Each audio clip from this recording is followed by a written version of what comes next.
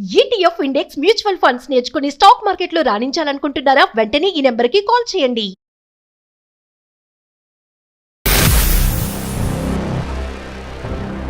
మా ఆయన నన్ను అసలు ఎలా చూస్తాడంటే అసలు మీకు ఎలా చెప్పుకోవాలో కూడా నాకు అర్థం కావడం లేదు. ఒకే ఇంట్లో ఉన్నా మాట్లాడాడు, మాట్లాడితే గోడలతోనే మాట్లాడుకోవాలి. నేను మీ ఇద్దరి మధ్యన ఫిజికల్ బాండింగ్ అనేది కూడా లేదని అనుకుంటున్నాను. ఏమీ లేదు సార్. నేను కాఫీ ఇస్తే కాఫీ కప్పు తీసుకుంటే హ్యాండ్ ఎక్కడ టచ్ అవుతారు అని కూడా ముట్టుకోడు సార్. హలో చెప్పు. ఎందుకు మాట్లాడడం లేదు రాజు? నేను చేసిన తప్పేంది రాజు? నీకు తెలీదా? నేను చెప్పాలా నీకు మళ్ళీ? ఆ రోజు తప్పు చేశాను నేను. ఆ రోజు అలా రియాక్ట్ అయ్యాను. నేను చెప్పకుండా చేస్తే తప్పు కదా. ఏంటి తప్పు? ప్రతి ఒక్కరు చేస్తారు. నేను చేసినప్పుడు నువ్వు క్షమించావా? ఆ రోజు లేట్ వచ్చినందుకు నువ్వు ఎందుకు లేట్ వచ్చావు అని చెప్పి నా కాలర్ పట్టుకుంటావు నువ్వు.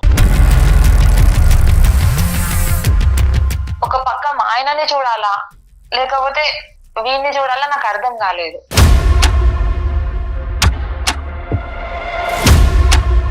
కేవలం నా భార్య వల్లే సార్ నేను ఇప్పటికీ తాగుతాను సార్.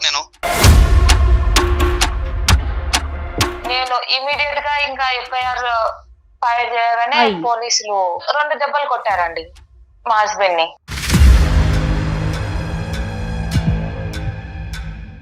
స్టేషన్ లో కంప్లైంట్ ఇస్తే పోలీస్ వాళ్ళు కాపురం చేస్తారు సార్ వచ్చి. నీ జీవితం నీది, నా జీవితం నాది అని తను ఇప్పుడు తుంచేసుకున్నారా? లేదు కదా, కలిసి జర్నీ చేస్తున్నారు కదా. మీ ఇద్దరి మధ్యన ఇంకొక ఆస్పెక్ట్, ఇంకొక ఇష్యూ ఏమీ లేదు. పెద్దలు బాగానే ఉన్నారు, పిల్లలు అందరూ బాగానే ఉన్నారు. ఒక్క సంఘటన జీవితాన్ని మార్చేసి. నమస్తే కళ్యాణ్ చక్రవర్తి. నమస్తే జయ గారు. డాక్టర్ గారు శిరీష అని మనకు మెయిల్ చేశారండి. వైఫ్ అండ్ హస్బెండ్ మధ్య ఇష్యూనే. సో ఒకసారి కాల్ చేస్తానండి. హలో శిరీష గారండి? అవునండి. ఎవరు? నేను జయాని అందమైన జీవితం ప్రోగ్రామ్ నుంచి కాల్ చేస్తున్నాను. మేడం నమస్కారం. మేడం నమస్తే శిరీష. నమస్తే అండి. బాగున్నాను. మీ మెయిల్ చూసాను. డాక్టర్ గారికి నేను జస్ట్ ఒక లైన్ మాత్రమే చెప్పాను. నాతో పాటు మరి డాక్టర్ కళ్యాణ్ చక్రవర్తి గారు కూడా ఉన్నారు. ఒకసారి మాట్లాడతారా? మాట్లాడతాను మేడం. రైట్. శిరీష నమస్తే అమ్మా. సార్ నమస్కారం సార్. ఎంత వయసు అమ్మా మీది? సార్ నాది వచ్చేసి 27 సార్. ఓకే. మ్యారేజ్ ఎంతకాలం అయిందమ్మా? సార్ నా మ్యారేజ్ 6 సంవత్సరాలు అవుతుంది సార్. పిల్లలు ఎవరు లేరు సార్. ఇంకా మీరు చదువుకున్నారా? నేను ఇంటర్ వరకు చేశాను సార్. సరే. ఇప్పుడు జాబ్ ఏమైనా చేస్తున్నావు అమ్మా? లేదు సార్, నేను హౌస్ వైఫ్ నే సార్. చెప్పు నాన్న, సమస్య ఏంటో చెప్పు. సార్ నా సమస్య మీకు ఎలా చెప్పాలో నాకైతే అసలు అర్థం కావడం లేదు. అసలు నా ప్రాబ్లం ఏంటంటే మా ఆయన ఒకే ఇంట్లో ఉన్నా మాట్లాడాడు. ఏమంటారు, ఒకే ఇంట్లో ఉన్నా నన్ను అసలు పట్టించుకోడు. ఒంటరి దాన్ని, ఒక్కదాన్ని. మాట్లాడితే గోడలతోనే మాట్లాడుకోవాలి నేను. అదేంటమ్మా, ఏంటి అసలు సమస్య? అంటే ఇద్దరి మధ్య ఉన్న గొడవ అయిందా? పెళ్లి చూపులకు వచ్చినప్పుడు నాకు తాగడం అంటే నచ్చదు. నేను తాగే వాళ్ళంటే, డ్రింకర్స్ అంటే నాకు చాలా భయం. ఓకే. ఎవరైనా తాగిన వాళ్ళని చూస్తే నాకు షివరింగ్ వచ్చేస్తుంది. నేను భయం వేస్తుంది నాకు. ఓకే. మా నాన్న తాగితే కూడా నేను అసలు ఇంట్లో వాళ్ళకు కనిపించను. ఒక 1 వీక్ వరకు మా నాన్న ముఖం చూడను నేను. అంటే చిన్నప్పటి నుంచి తాగుడు, నాన్న తాగటం, ఇంట్లో సమస్యలు ఇటువంటి వాతావరణంలో పెరిగేవా శిరీష నువ్వు? అంటే మా నాన్న చాలా తాగుతాడు. మా అమ్మని ఎలా అంటే అలా మాట్లాడి తాగనప్పుడు మా నాన్న మమ్మల్ని ఎంత ప్రేమగా చూసుకుంటాడంటే. ఆ బాధల్లో పెరిగేవు. తాగనప్పుడు ఉండేటటువంటి తండ్రి, తాగిన తర్వాత ఉండే తండ్రిల మధ్యన ఉండే వ్యత్యాసం బాగా దగ్గర నుంచి చూడటం వల్ల పెళ్లికి ముందు అయితే మాత్రం ఖచ్చితంగా తాగేటటువంటి భర్త అయితే నాకు రాకూడదు అని అనుకున్నావు. ఆ కండిషన్ అతనికి చెప్పేవమ్మా? పెళ్లి ముందు అయితే నాకు అలవాట్లు లేవనే చెప్పారు సార్. సరే, ఓకే. అలవాటు అయితే లేదు, ఎప్పుడు ముట్టుకోలేదు. సరే. ఒక రోజు తాగి వచ్చాడు సార్ ఆయన. ఎలా అంటే భయంకరంగా సార్. ఎంతకాలం అమ్మా పెళ్లి అయిన తర్వాత? ఎంతకాలానికి?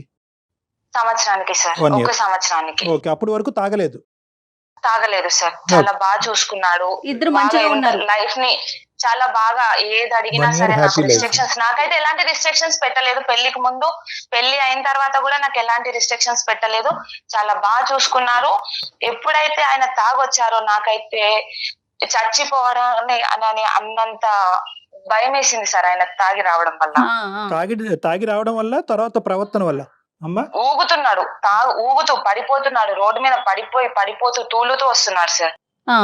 అలా నేను భరాయించుకోలేకపోయాను సార్ ఆయన ఆ సిచ్యువేషన్ లో చూసి. భయంకరమైన ఏడుపు. నాకు ఎవరు చెప్పుకోవడానికి లేరు, ఎందుకంటే నేను ఇక్కడ ఇంట్లో మేము సపరేట్ గా ఉంటాము. వీధిలో వాళ్ళందరూ చూస్తున్నారు నన్ను. అదేలే పడిపోతూ తూలుతూ వస్తున్నాడు. బైక్ పార్కింగ్ కూడా చాలా భయంకరంగా, దెబ్బలు లేవు కానీ కింద పడితే దెబ్బలు తలుగుతాయి అన్నంత భయంకరంగా తాగొచ్చాడు మేడం ఆయన ఆ రోజు. వీధిలోనే నేను మా ఏరియా గేట్ ముందే నేను ఆయనను నిలదీశాను కాలర్ పట్టుకొని. ఎందుకు నువ్వు తాగొచ్చావు, తాగనని చెప్పావు కదా, నువ్వు పెళ్లికి ముందు ఇచ్చిన నాకు మాట ఏంది అని గట్టిగా కాలర్ పట్టుకొని అడిగేసరికి నన్ను కొట్టాడు మేడం. అందరూ ఒక్కొక్కరు ఒక్కొక్క మాట అంటున్నారు, నేనేదో తప్పు చేశానని, ఎంత టార్చర్ పెడుతుందో అని. తాగి రాని మనిషి, ఎప్పుడు తాగి రాని పర్సన్ ఇప్పుడు తాగొచ్చాడు అని అనేసరికి నేను జీర్ణించుకోలేకపోయాను. ఇంకొకటి ఏంటంటే నేను ఫ్యూచర్ పైన నాకు చాలా ఆశలు ఉన్నాయి. నా భర్త ఇలాంటి తాగొస్తే చిన్న చూపు చూస్తారేమో. మా అమ్మని ఎంత వేధించాడో నాకు తెలుసు మా నాన్న. ఇంకా వీధులలో తాగి కొట్లాడుకోవడము రోడ్డు పైన. కాదు శిరీష, ఒక మగాడు ఒక్కసారి తాగొచ్చి తూలుతూ బయట ఏదో పరువు తీసే విధంగా ప్రవర్తించినంత మాత్రాన నీ భవిష్యత్ అంతా కూడా అన్యాయం అయిపోతుందమ్మా. సార్ ఒక్కసారి తాగినోడు రేపు తాగడానికి మళ్ళీ ఎవరు చెప్తారు సార్? పర్మిషన్ ఇచ్చాను కదా అని రేపు తాగకుండా ఉంటాడా సార్ ఆయన? ఆ తొందరపాటు చర్య, దాని నుంచి నువ్వు రియలైజ్ అయ్యావా, లేదంటే ఇప్పటికీ కూడా నేను రియాక్షన్ కరెక్టేనండి అని అనుకుంటున్నావా? నేను రియలైజ్ అయ్యాను సార్. ఫస్ట్ అయితే రియలైజ్ అయ్యాను. తర్వాత ఏమైంది? అయితే నేను ఇమ్మీడియట్ గా మా తమ్ముడికి కాల్ చేశాను. కాల్ చేసి వాడు ఇమ్మీడియట్ గా ఒక 10 మందిని వేసుకొని వచ్చాడండి. అంటే నువ్వు చెప్పడానికి కారణం ఏంటమ్మా? నీ బాధ పంచుకుందామన్నా, లేదంటే అతని చేత మీ ఆయన్ని చితకూడదామన్నా? అంటే అక్క కదా, సపోర్ట్ ఇస్తాడు కదా. నేను చాలా అంటే చాలా వాళ్ళ చేతులలో ఒక బంగారు బొమ్మలాగా పెరిగాను సార్. ఈ 10 మంది ఏం చేశారు? వాళ్ళైతే ఎవరు ఆయననైతే ఏమనలేదు, తీసుకెళ్లి పోలీస్ స్టేషన్ లో పెట్టారు సార్.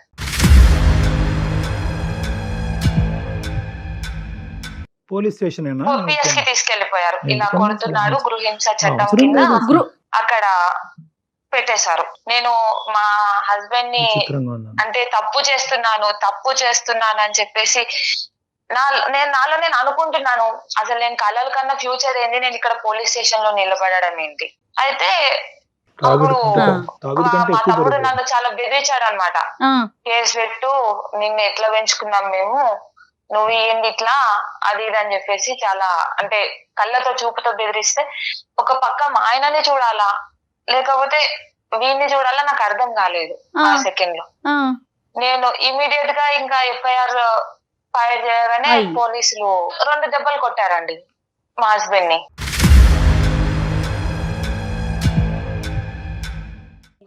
ఇంకా అప్పుడు ఆయన చూసిన చూపు నేను అసలు ఇప్పటికీ నేను మర్చిపోలేను. ఆయన అదే లాస్ట్ చూపు ఆయన నన్ను చూడడం, ఆ కళ్ళతో చూడడం, పోలీస్ స్టేషన్ లో నన్ను అలా చూడడము. మళ్ళీ ఈ సెకండ్ వరకు కూడా ఆయన నన్ను తలెత్తి చూడలేదు. అదే లాస్ట్.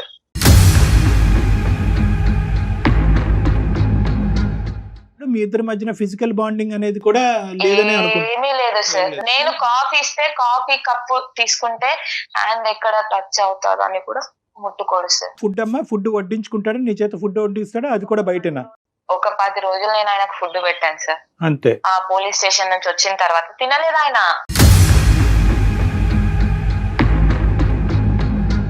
ఇప్పుడు మీ ఇంటికి అమ్మా నాన్నలు మీ తరపున కానీ ఆయన తరపున కానీ వచ్చిపోవటాలు ఏం లేవమ్మా? రాకపోకలు లేవా? వాళ్ళ ఇంట్లో వాళ్ళు వస్తారు. మా అమ్మ వాళ్ళైతే ఎప్పుడైనా ఒకసారి వచ్చి ఇట్లా వెళ్ళి అట్లా వెళ్ళిపోతారు. కాకపోతే వాళ్ళు ఉన్నప్పుడు కూడా లేట్ నైట్స్ రావడమే. నాతో వచ్చి ఏం మాట్లాడాడు, ఆఫీస్ వర్క్ అని చెప్పేసి నేను కవర్ చేసేస్తాను. ఆయన ఎన్ని సంవత్సరాల ప్రయాణంలో ఎప్పుడు కూడా మీ పేరెంట్స్ ఏంటమ్మా అల్లుడు గారు అంత ముభావంగా ఉంటారు, నీతో ఎలా ఉంటున్నారు, మాతో అలా ఎందుకున్నారు, పెళ్ళైనటువంటి 1 సంవత్సరం బానే ఉండేవారు కదా, ఇప్పుడు ఎందుకు అలా ఉన్నారనే బేసిక్ క్వశ్చన్ రాలేదమ్మా మీ పేరెంట్స్ దగ్గర నుంచి? మా వాళ్ళు అడిగారు సార్, మా వాళ్ళు అడిగారు, మా అత్తగారు కూడా కాల్ చేసి అడిగారు. వాడు మాతో బానే మాట్లాడుతున్నాడు, నీతో ఎలా ఉన్నారు. మామూలుగా మా అత్తగారు పిల్లల గురించి అడిగారు. ఆ అత్తయ్య హాస్పిటల్ కి వెళ్తున్నాము, చూపించుకుంటున్నాము అని ఆ మాట చెప్పాను కానీ ఇంత పెద్ద, ఎందుకంటే ఆ రోజు నేను చేసింది తప్పే కదా సార్. సో ఈ బేసికలీ ఈ స్టేషన్ మొత్తం వరకు వెళ్ళడం. ఈ మొత్తం అంశం నీకు, నీ బ్రదర్ కి, మీ ఆయనకి, ఆ వీధిలో ఉండేటటువంటి మిగతా వాళ్ళకి తప్ప ఇంకెవరికి తెలియదు. ఇంకెవరికి తెలియదు సార్. నువ్వేంటమ్మా ప్రతిరోజు ఎందుకంటే అతను చాలా సందర్భాల్లో అడుగుంటావు, ఏమయ్యా ఇలా ఉన్నావు అంటే కనుక అతని దగ్గర నుంచి వచ్చిన సమాధానం ఏంటి? ఏదైనా సమాధానం వస్తుందా? మొబైల్ సైలెన్స్ ఉంటాడు. సార్. సైలెన్స్. Silence sir.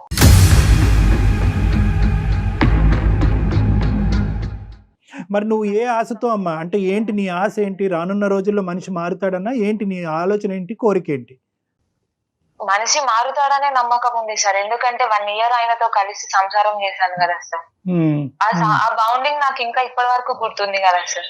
అదే ఆ బాండింగ్ నువ్వు కాలర్ పట్టుకున్నప్పుడు నీకు గుర్తుకు రాలేదు, పోలీస్ స్టేషన్ తీసుకెళ్ళినప్పుడు గుర్తు రాలేదు, మీ బ్రదర్ ని పిలిచి కొట్టించినప్పుడు గుర్తుకు రాలేదు. ఆ సార్ నేను బాండింగ్ ఎలాంటి సిచ్యువేషన్స్ లో పెరిగాను మీకు చెప్తున్నాను కదా సార్. నేను మా ఇంట్లో నేను తాగితేనే నేను అసలు ఉండలేను సార్. నేను మా డాడీతో ఒక 1 week వరకు మాట్లాడాను. ఇంట్లో ఏదైనా చిన్న చిన్న పార్టీస్ జరిగితేనే నేను అసలు నా రూమ్ లో నుంచి బయటికి రాను, నాకు ఆ స్మెల్ పడదు. తాగిన తర్వాత మన లోకంలో ఉంటారు, వాళ్ళది డిఫరెంట్ ఆఫ్ వే, వాళ్ళు ఏం చేస్తారో వాళ్ళకి అర్థం కాదు.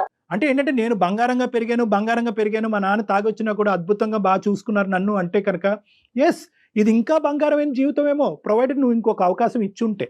నువ్వు ఆ అవకాశం ఇవ్వాలని ఆలోచించలేదు, తొందరపడ్డావు. ఒక్కసారికి మీరు ఎక్స్ట్రీమ్ గా బిహేవ్ చేసేసారు కదా. అంటే కెటాస్ట్రఫిక్ థింకింగ్ అంటారు మేడం చాలా మంది సార్, ఆడవాళ్ళు. ఇప్పుడు వాళ్ళెవరో పార్టీ ఇచ్చారని తాగొచ్చారు.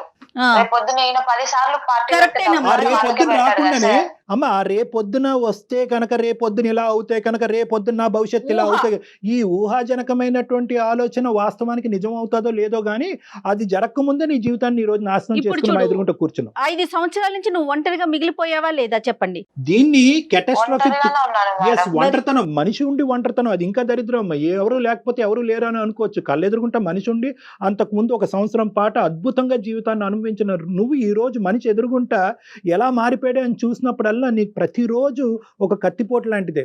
చాలా మంది ఆడవాళ్ళకి ఒక్క పాయింట్ చెప్తాను, తర్వాత నువ్వు చెప్పిగానే, ఉన్న పరిస్థితి బట్టి ఆలోచన కొనసాగాలి అని అంటూ ఉంటాం. దీన్ని యాంగ్జైటీ థింకింగ్ కింద మారకూడదు, కెటాస్ట్రాఫిక్ థింకింగ్ అంటారు. ఏదో ఒక ఆలోచన, ఇప్పుడు ఒకటి సంఘటన కనిపించింది నీ కళ్ళెదురుగుంటా, దాన్ని ఏంటంటే ఆ సంఘటన చుట్టూరునే నీ ఆలోచన ఉండాలి. కానీ ఈ సంఘటనకి, గతంలో నీ జరిగినటువంటి సంఘటనకి, నీ ఎదురింటి పక్కింటి ఆంటీ ఇంట్లో జరిగినటువంటి సంఘటనలకి ముడి పెట్టకూడదు. దీన్ని భిన్నంగా చూడాలి. దీన్ని అక్కడ చాకచక్యంతో, ఆలోచన శైలితో దీనిగానే మార్చుకోవాలి. కానీ అమ్మో మా నాన్న అలా ఉన్నాడు కాబట్టి నా భర్త ఇలా అయిపోతాడేమో, అమ్మో నా భవిష్యత్తు అలా అయింది కాబట్టి ఇప్పుడు నా భవిష్యత్తు ఇలా అయిపోతుందని చెప్పి దీనికి ముడిపడితే కనుక జీవితాంతం భయపడుతూనే సస్తామమ్మా. ఇలా అయిపోతుంది పరిస్థితి. సరే, ఇంతవరకు నేను చెప్పా, మా తరపున నీకు ఎటువంటి సహాయ సహకారాలు చేయగలం. మీరు కౌన్సిలింగ్ ఇస్తారు కదా సార్, ఆయనతో ఒకసారి మీరు మాట్లాడి చూడండి. నాకైతే ఇప్పటి వరకు ఏం మాట్లాడలేదు, నా ఫోన్ ఎత్తారు, నా మెసేజ్ కి రిప్లై ఇవ్వరు. ఆయన వైపు నుంచి ఎలాంటి ఆన్సర్ కావాలి అని మీరు ఎక్స్పెక్ట్ చేస్తున్నారు?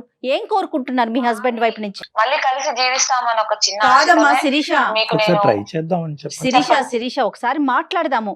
కానీ ఇప్పుడు డాక్టర్ గారు మాట్లాడిన తర్వాత ఒకసారి గానీ లేకపోతే మీ తప్పు గానీ మీరు ఒప్పుకుంటారా? మరి ఒప్పుకుంటాను మేడం, ఖచ్చితంగా ఒప్పుకుంటాను. ఇలాంటి సమస్య వచ్చినప్పుడు భార్యాభర్తలుగా మీరిద్దరు సెట్ చేసుకోండి.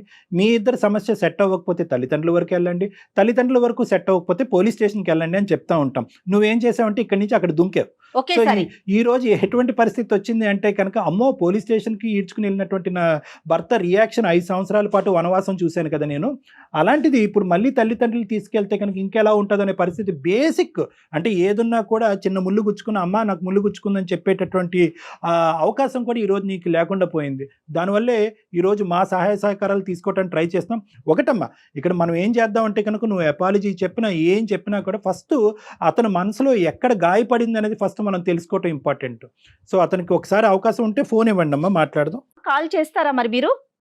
మేడం నేను కాల్ చేస్తే లిఫ్ట్ చేయడు మేడం. నేను నెంబర్ చెప్తాను మేడం. రైట్, ఒకసారి నేను కాన్ఫరెన్స్ లో పంపించండి, నేను కాన్ఫరెన్స్ లో తీసుకుంటా.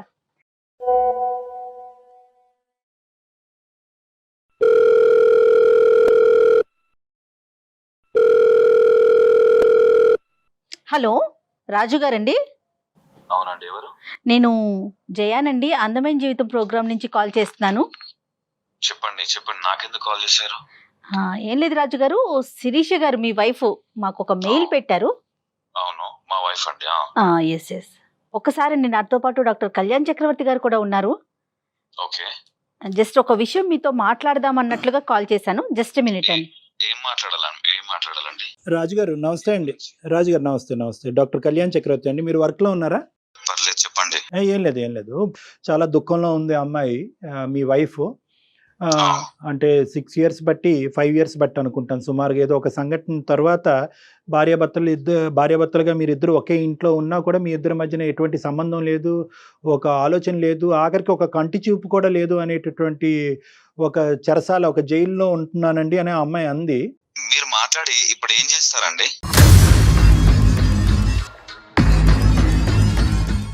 నేనేం చేస్తానని అనట్లేదు రాజుగారు. నేను ఏమంటున్నానంటే 5 సంవత్సరాలు బట్టి కనుచూపు కూడా మాట పక్కన పెట్టండి, కనుచూపు కూడా లేనటువంటి భర్త, నేను దగ్గరికి వస్తేనే చేదరించుకునే భర్త, నా చేతి వంట గాని నా కాఫీ మంచినీళ్ళు కూడా తాగినటువంటి భర్త ఏ కారణం చేత అసలు ఏం జరిగిందో మీకు తెలుసా?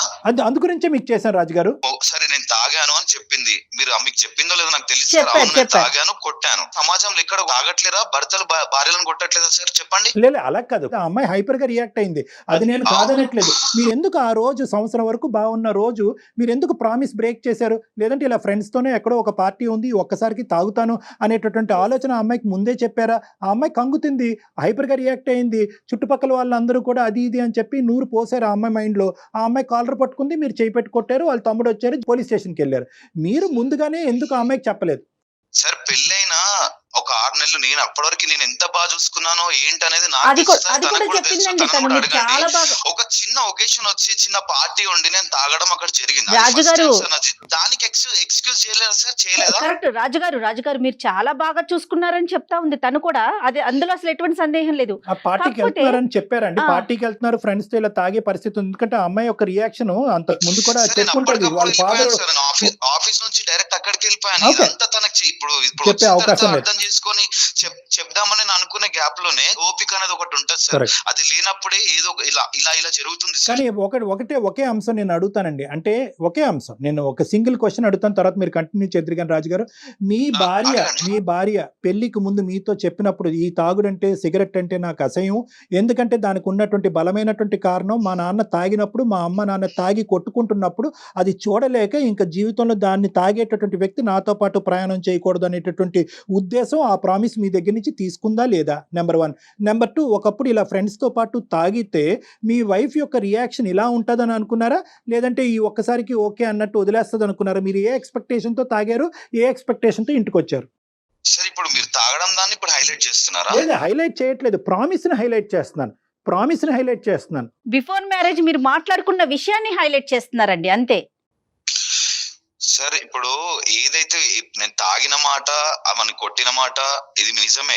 ఒక చిన్న రిలాక్సేషన్ కోసం అని చెప్పి నేను తాగడం జరిగింది సార్. కేవలం నా భార్య వల్లే సార్. నేను ఇప్పటికీ తాగుతాను సార్, నేను తాగుతాను.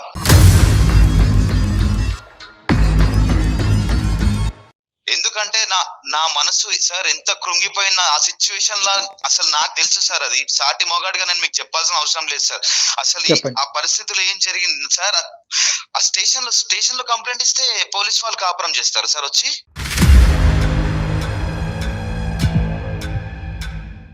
స్టేషన్ లో కంప్లైంట్ ఇచ్చింది, వాళ్ళ మధ్యలో నన్ను నిల్చోబెట్టింది, అతను నా మీద నా కాలర్ పట్టుకున్నాడు, నన్ను గెంటేశాడు. అంత మంది ముంగడ నా పరువు పోయింది, నా ఇజ్జత్ పోయింది. ఇప్పుడు సార్ ఒక్కటి సార్, పరువు అన్నా ప్రాణం అన్నా రెండు ఒకటే సార్ నా దృష్టిలో.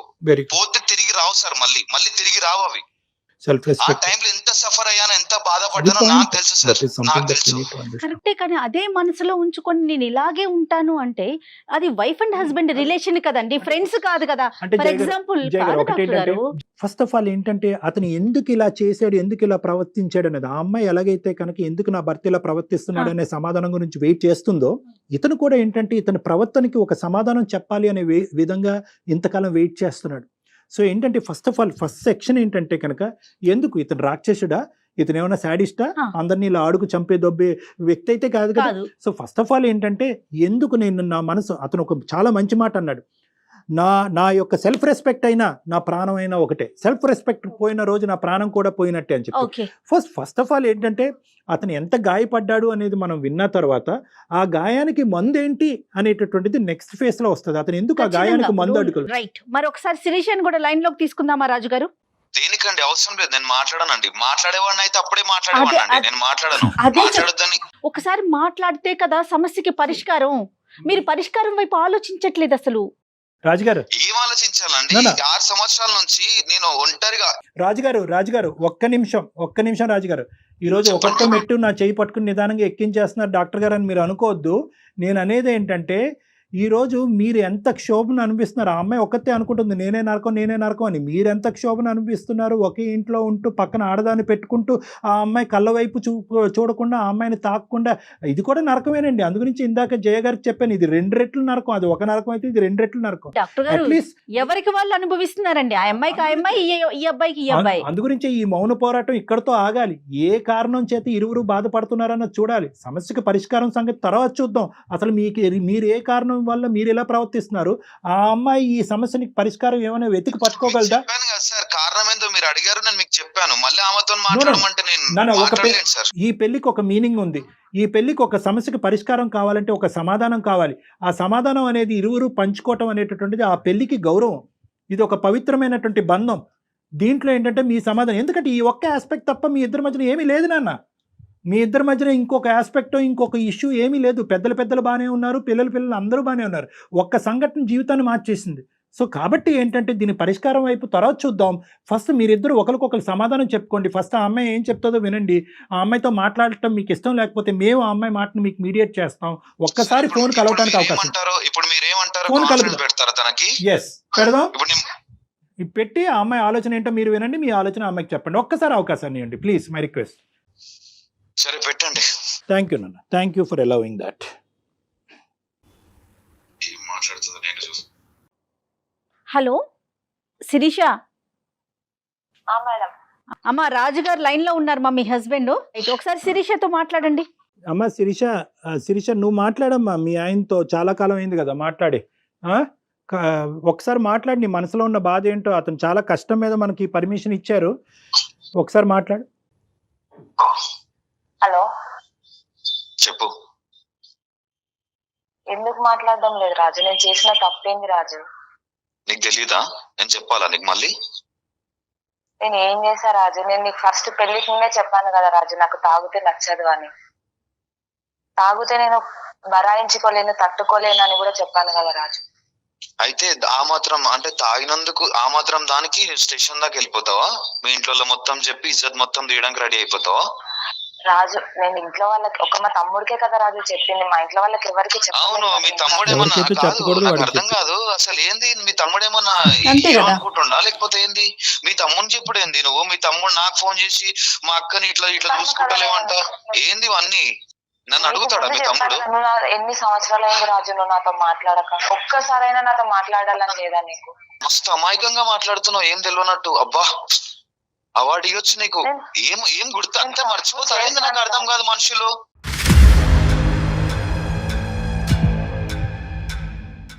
ఏం చేసినా గుర్తులేదా? ఏం చేసినా అని అడుగుతున్నావు మళ్ళీ. నేను తప్పని ఒప్పుకుంటున్నా కదా రాజు, మాట్లాడచ్చు కదా. ఇగో చూడు శిక్ష, నేను మాట్లాడేవాడిని అయితే నేను ఇంట్లోనే నీతో ఆ రోజే అప్పటికప్పుడు సాల్వ్ అయిన రోజే నెక్స్ట్ రోజే నేను మాట్లాడేవాడిని.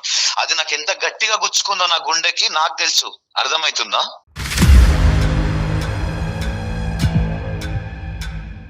సారీ చెప్తున్నాను కదా రాజు, ఆ రోజు తప్పు చేశాను. నేను ఆ రోజు అలా రియాక్ట్ అయ్యాను. నేను చెప్పకుండా చేస్తే తప్పు కదా. ఏంటి తప్పు? ప్రతి ఒక్కరు చేస్తారు. నేను చేసినప్పుడు నువ్వు క్షమించావా? నేను ఏదో చిన్న లైట్ గా నేను ఆ రోజు లేట్ వచ్చినందుకు నువ్వు ఎందుకు లేట్ వచ్చావు అని చెప్పి నా కాలర్ పట్టుకుంటావు నువ్వు. నేను తప్పు చేశాను. చిన్న విషయం తీసుకోలేకపోయాను రాజు అట్లా. నేను అసలు అలా చూడలేకపోయాను. నేను నా ఫ్యూచర్ ప్లాన్స్ అన్ని కొలాప్స్ అయిపోయా అనుకున్నాను అక్కడే. నేను ఏమైనా చెప్పు శిరీష, నీకు ఒక్కటే మాట చెప్తా. నువ్వు ఎప్పుడైతే స్టేషన్ పోయినావో అప్పుడే ఇక నాకు నా మనసు ఇరిగిపోయింది.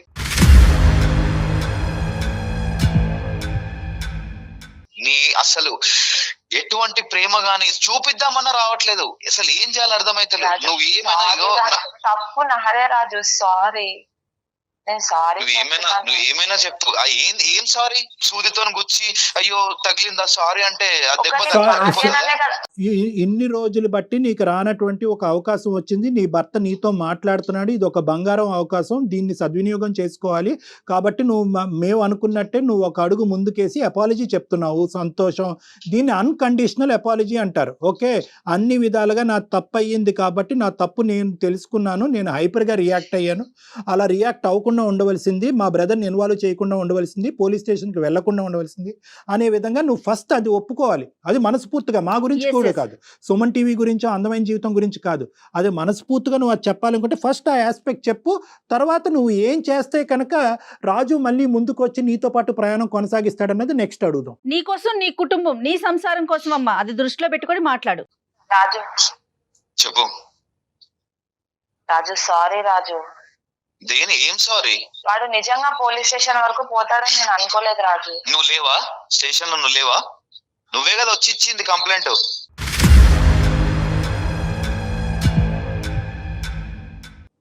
అన్ని తనే. రాజు ఒక్క నిమిషం, శిరీష ఒక్క నిమిషం.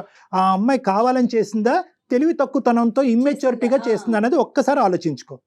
నేనైతే మాత్రం 210% తెలియక చేసింది, అనాలోచితంగా చేసింది, చుట్టుపక్కల వాళ్ళు ప్రేరేపించడం వల్ల చేసింది. కాబట్టి ఆ సబ్జెక్ట్ని ఇక్కడితో వదిలేద్దాం. ఆ అమ్మాయి అన్కండిషనల్ అపాలజీ 100 సార్లు చెప్పింది. ఈ అపాలజీని నువ్వు యాక్సెప్ట్ చేసి ఈ ఈ జీవితాన్ని ముందు కొనసాగటానికి నీ యొక్క కండిషన్స్ ఏంటో చెప్పు. Will conclude on this. ఎక్కడైతే నా ఇజ్జత్ స్టేషన్ లో తీసిందో అక్కడే వాళ్ళ తమ్ముడు ఆమె ఇద్దరు వచ్చి నా కాళ్ళు పట్టుకునే దాకా అందరి ముందు, ఎక్కడైతే నా ఇజ్జత్ పోయిందో, పరువు పోయిందో, అక్కడే అందరి ముందు వచ్చి నా కాళ్ళు పట్టుకుని నాకు క్షమాపణ అడిగితే నేను క్షమిస్తాను మేడం. సార్ నేను చెప్తాను సార్, మా తమ్ముడిని పిలిపించి ఎలా చెప్పించమంటారు సార్? సారీ. ఇప్పుడు నువ్వు కాలు పట్టుకుంటావు సరే, మీ తమ్ముడు కూడా ఉన్నాడు కదా దీనికి. మీ తమ్ముడు స్టేషన్ దాకా తీసుకెళ్లి అందరు ముంగడ చేస్తే మీ తమ్ముడు కూడా ఉన్నాడు కదా. ఒకటి తమ్ముడు క్షమాపణ చెప్పాలి అనేది ఒకటి, రెండోది ఏంటంటే తమ్ముడు ఏంటి అది పోలీస్ స్టేషన్ లో చెప్పాలా? అవును సార్, పోలీస్ స్టేషన్ లో ఇది కరెక్ట్ కాదు కదా. కరెక్ట్ కాదేమో రాజు. ఎక్కడి న్యాయం డాక్టర్ గారు? అంటే నీకు ఎట్లా కంఫర్టబుల్ గా ఉంటే అదేది కరెక్ట్ ఏదో రాంగ్ ఏదో నువ్వు చూసుకుంటావు. అలా కాదు నీ చేతిలో తను జుట్టు పెట్టిందని చెప్పి నువ్వు ఇష్టానుసారం మాట్లాడటం కాదు రాజు. చెల్లెల జీవితం ఇలా అవ్వాలని కోరుకుంటూ ఎవడు చేయడు. ఇంటికాడ చెప్తే సారీ రాజు, రాజు మీరు కొంచెం ఒక్క మెట్టు తగ్గాలి రాజు ప్లీజ్. ఎందుకంటే నాకు ఒక్క అంశం చాలా బాగా అర్థమైంది. 5 సంవత్సరాల పాటు ఇంత వాడి వేడితో మీరు ఇద్దరు కలిసి ఉన్నారంటే మీ ఇద్దరి మధ్యన ప్రేమ అనేటటువంటి సబ్జెక్ట్ అయితే ఉంది కాబట్టి. రాజు ప్లీజ్ రాజు మీరు ఒక్కసారి ఆలోచించండి.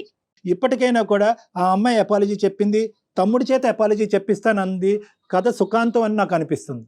ఎవరికి వాళ్ళు ఒక మెట్టు తగ్గితే సంసారం అనేది ముందుకెళ్తదండి. ఇంకెవరు పెద్దవాళ్ళు ఎవరి ఇన్వాల్వ్మెంట్ ఉండదు ఇందులో. ఇంకెవరు అక్కర్లేదు, ఇంకెవరు పెద్దవాళ్ళు అక్కర్లేదు. మీ ముగ్గురు కూర్చోండి. మీరు చెప్పిన దానికి ఓకే మేడం, నేను కాదనట్లేదు. బట్ ఇది మళ్ళీ రిపీట్ అయితే మాత్రం చాలా కష్టం మేడం. రిపీట్ అవ్వకూడదు, మేము తేల్చిన రిపీట్ అవుతాయి. 5 సంవత్సరాలకి ఎంత టైం పట్టింది. ఓకేనమ్మా, all the best Shirisha. Thank you sir, thank you so much sir. నమస్తే. జాగ్రత్త, మెచ్యూర్ గా ఆలోచించు. బాయ్ అమ్మా. Thank you sir, thank you sir, bye sir. Thank you so much. నమస్తే.